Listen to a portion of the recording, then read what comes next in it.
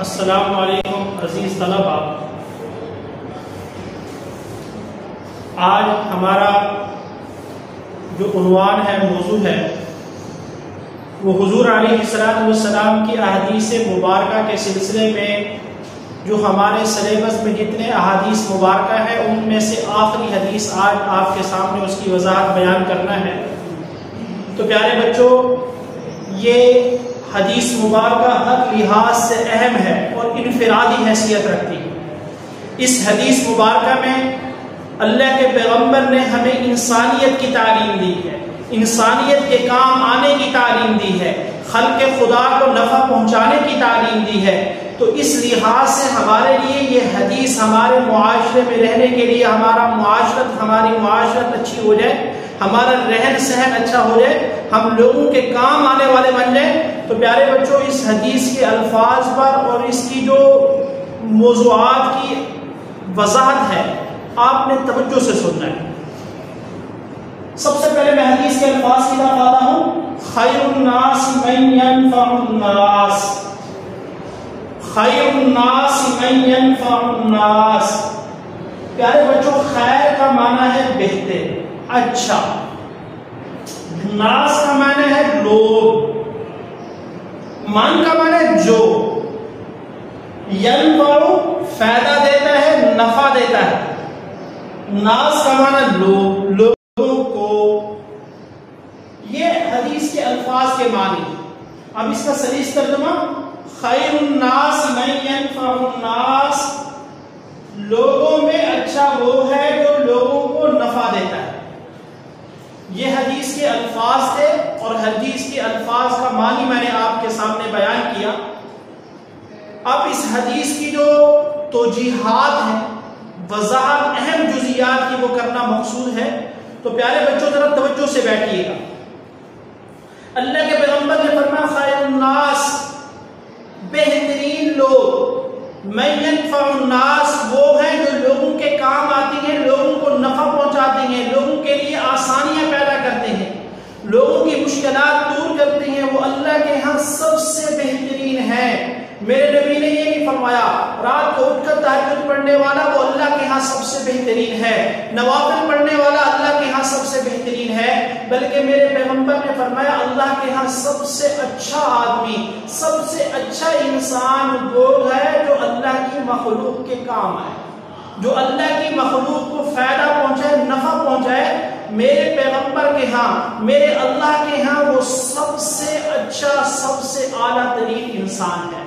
اللہ ہم سب کو ویسا بنا دے۔ تو پیارے بچوں، ہم خیر الناس کی گردان تو پڑھتے ہیں، لیکن ہم اس کے معنوں سے واقف نہیں ہے کہ خیر الناس کا مطلب کیا ہے۔ ہمارے اندر انسانیت والی بات ہی نہیں ہے۔ ہمیں یہ نہیں پتا کہ انسانیت کے حقوق کیا ہیں، اللہ کی مخلوق کے حقوق کیا ہیں۔ تو جب ہمیں پتہ نہیں ہے تو ہمیں سیکھنا چاہیے، دین کو سیکھنا چاہیے، دین کی تعلیمات کو سیکھنا چاہیے۔ حضور علیہ السلام کی زندگی کو پڑھیں، میرے صحابہ کی زندگی کو پڑھیں، پھر اس کو اپنی زندگی میں لانے کی کوشش کریں، ویسی زندگی گزارنے والے بن جائیں، پھر ہمیں پتہ چلے گا انسانیت کیا ہے۔ کیا میرے اندر انسانیت ہے؟ جب میرے اندر انسانیت نہیں ہے تو میں انسانیت کی کیسے فلاح و بہبود کے کام کروں گا، انسانیت کے کیسے کام آؤں گا؟ تو پیارے بچوں، ان تمام باتوں پر توجہ کی ضرورت ہے، آگاہی کی ضرورت ہے، سیکھنے کی ضرورت ہے۔ کم از کم لوگوں کو فائدہ دینے والے بنیں اور لوگوں کو اپنے نقصان سے، اپنے شر سے محفوظ کر لو۔ یہ انسان سب سے بہترین انسان ہے، سب سے بہترین۔ تو میں اہم جزیات کی وضاحت کرنا مقصود ہے۔ سب سے پہلے فرمایا دنیا میں عزت اور کامیابی کے حقدار کون لوگ ہیں، آخرت میں عزت اور کامیابی کے حقدار کون لوگ ہیں۔ تو میرے نبی کا فرمان ہے کہ دنیا میں عزت اور کامیابی، آخرت میں عزت اور کامیابی انہی لوگوں کو نصیب ہوتی ہے جو خلق خدا کو، اللہ کی مخلوق کو فائدہ پہنچاتے ہیں، اور اسی طرح انسانیت کی فلاح و بہبود کے لیے، لوگوں کے کام آنے کے لیے ہر وقت کوشاں رہتی ہیں، جستجو میں رہتی ہیں کہ لوگوں کے کام آئے۔ تو اللہ کے نبی نے فرمایا کہ یہ لوگ دنیا میں عزت اور کامیابی کے حقدار ہیں۔ دوسرے نمبر پر قرآن و حدیث کی روشنی میں انسانیت کو فلاح پہنچانے، انسانیت کو نفع پہنچانے کے مختلف پہلو کیا ہو سکتے ہیں؟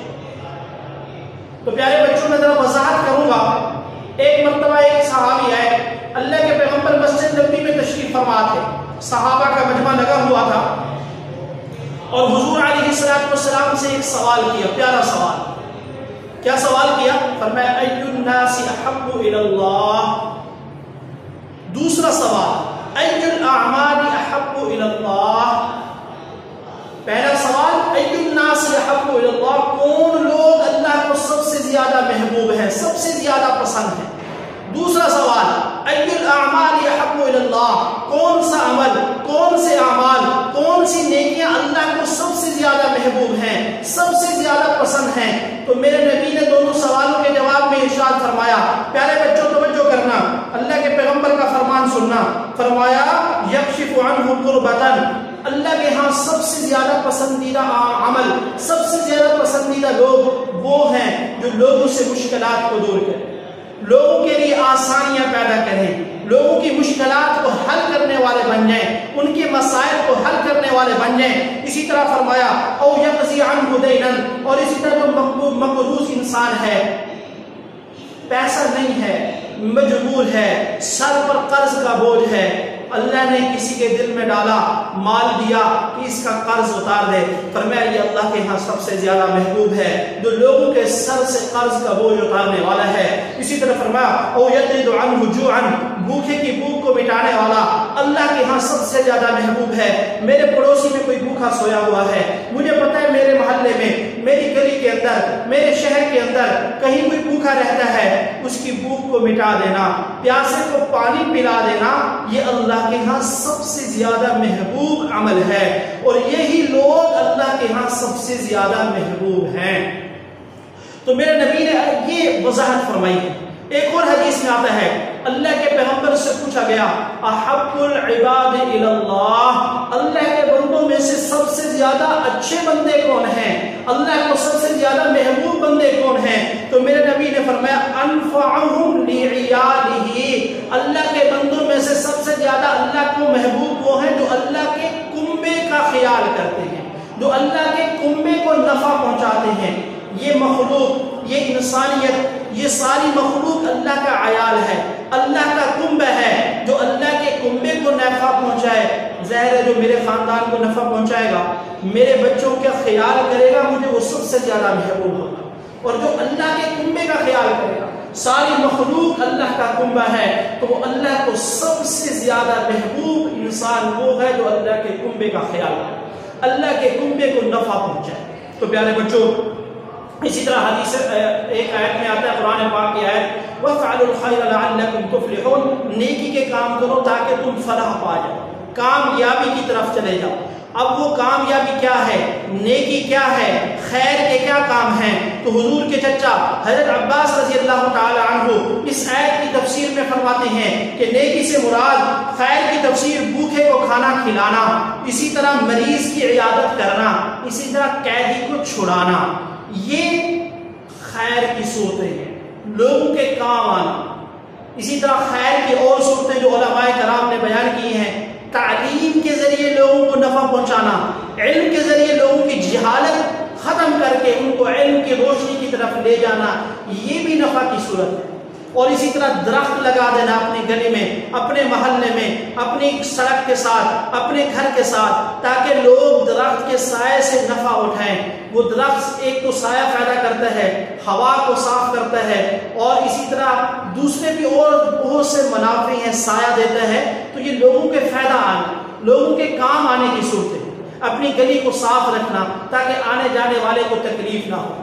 ایک حدیث میں آتا ہے، ایک انسان تھا بنی اسرائیل میں سے، اللہ کے پیغمبر نے فرمایا کہ اس نے زندگی بھر کوئی نیکی نہیں کی، لیکن ایک مرتبہ مرنے سے پہلے راہ چلتے ہوئے جا رہا تھا، راستے میں ایک کانٹوں کی جھاڑی اس نے دیکھی اور اس کو اس راستے سے ہٹا دیا، اس نیت سے کہیں کسی انسان کو تکلیف نہ پہنچے. تو میرے اللہ نے اس عمل کی وجہ سے اس کی مغفرت فرمائی کہ لوگوں کو نقصان سے بچانے کی غرض سے اس نے ایسا کیا. اللہ رب العزت نے اس عمل سے اس کی مغفرت فرمائی. تو بھائی خیر الناس بنے، اچھے لوگ بنے، لوگوں کے کام آئیں، لوگوں کی فلاح و بہبود کے لیے کام جاری رکھیں، لوگوں کے لیے آسانیاں پیدا کریں، نہ کہ لوگوں کے لیے مشکلات کا ذریعہ بنے، لوگوں کے لیے تنگی کا ذریعہ بنے، لوگوں کے لیے تکلیف کا ذریعہ بنے. یہ سب سے بڑا گناہ ہے.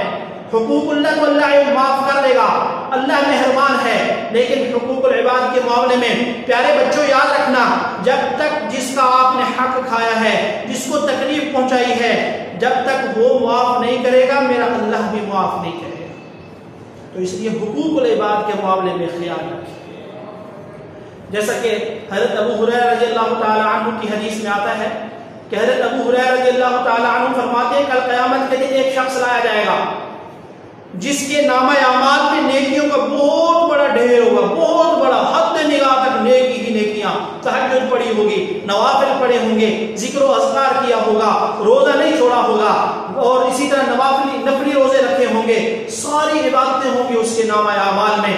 قیامت کے دن اللہ کی بارگاہ میں حاضر کر دیا جائے گا حساب کتاب کے لیے، اس سارے نامہ اعمال میں نیکی ہی نیکیاں، لیکن دوسری طرف کسی کو ستایا ہوگا، کسی کا حق کھایا ہوگا، کسی کو گالی دی ہوگی، کسی کے ساتھ ظلم کیا ہوگا، وہ دوسری طرف اپنا حق لینے کے لیے میرے رب کے دربار میں وہ سب سے زیادہ انصاف کرنے والا ہے، جس کی عدالت میں صرف انصاف ہوگا، وہ کھڑے ہوں گے، کہیں گے میرے پروردگار ہمیں اس سے ہمارا حق دلا دے، اس نے میرے ساتھ ظلم کیا تھا، اس نے مجھے گالی دی تھی، اس نے میرا مال ہڑپ کیا تھا۔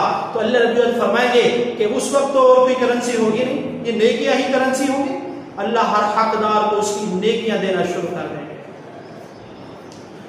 نماز ایک حقدار کو مل جائے گی، روزہ دوسرے حقدار کو مل جائے گا، زکوٰۃ تیسرے حقدار کو مل جائے گی، اسی طرح کرتے کرتے ساری نیکیاں ختم ہو جائیں گی، ابھی بھی حقدار باقی ہوں گے۔ تو اللہ فرمائیں گے اب انصاف کی صورت یہ ہے کہ ان حقداروں کے گناہ اس آدمی کے کھاتے میں ڈال دیں، تو ان کے گناہ اس کے کھاتے میں ڈال دیے جائیں گے۔ اب یہ شخص آیا تو تھا نیکیوں کا بہت بڑا ڈھیر لے کر، لیکن جب حساب کتاب کے بعد جائے گا تو گناہوں کا ڈھیر لے کر جائے گا۔ کیا وجہ تھی؟ عبادات تو کرتا تھا، حقوق اللہ تو ادا کرتا تھا، لیکن حقوق العباد میں ڈنڈی مارنے والا تھا، لوگوں کو تکلیف دینے والا تھا، لوگوں کے حق کھانے والا تھا۔ تو اس لیے پیارے بچوں بڑی خطرناک بات ہے کہ ہمارے اندر انسانیت ختم ہو چکی، ہماری معاشرت مردہ ہو چکی۔ اللہ رب العزت سے دعا ہے کوشش کریں کہ ہماری زندگیاں ویسے ہو جائیں جیسے ہمارے نبی کی زندگی تھی، ہماری معاشرت ویسی ہو جائے جیسے مدینہ کی معاشرت، تاکہ ہم اچھے شہری بنیں، اچھے مسلمان بنیں، اچھے انسان بنیں۔ پیارے بچوں آپ کوشش کریں، حضور علیہ السلام کے ایک ایک فرامین ہمارے لیے ہیرے سے بھی زیادہ قیمتی ہے، دنیا اور آخرت سے زیادہ قیمتی اللہ کے نبی کا ایک ایک فرمان ہے۔ تو پیارے بچوں کوشش کرنی ہے، خود بھی عمل کریں، گھر والوں کو بھی عمل کرنے کی تلقین کریں، اپنے دوستوں کو بھی عمل کی تلقین کریں، اور اپنے پڑوسیوں کے ساتھ بھی اچھا سلوک رکھیں، انہیں بھی نیکی کی تلقین کریں۔ اللہ رب العزت ہم سب کا حامی و ناصر ہو، اللہ آپ سب کو عمل کی توفیق عطا فرمائے۔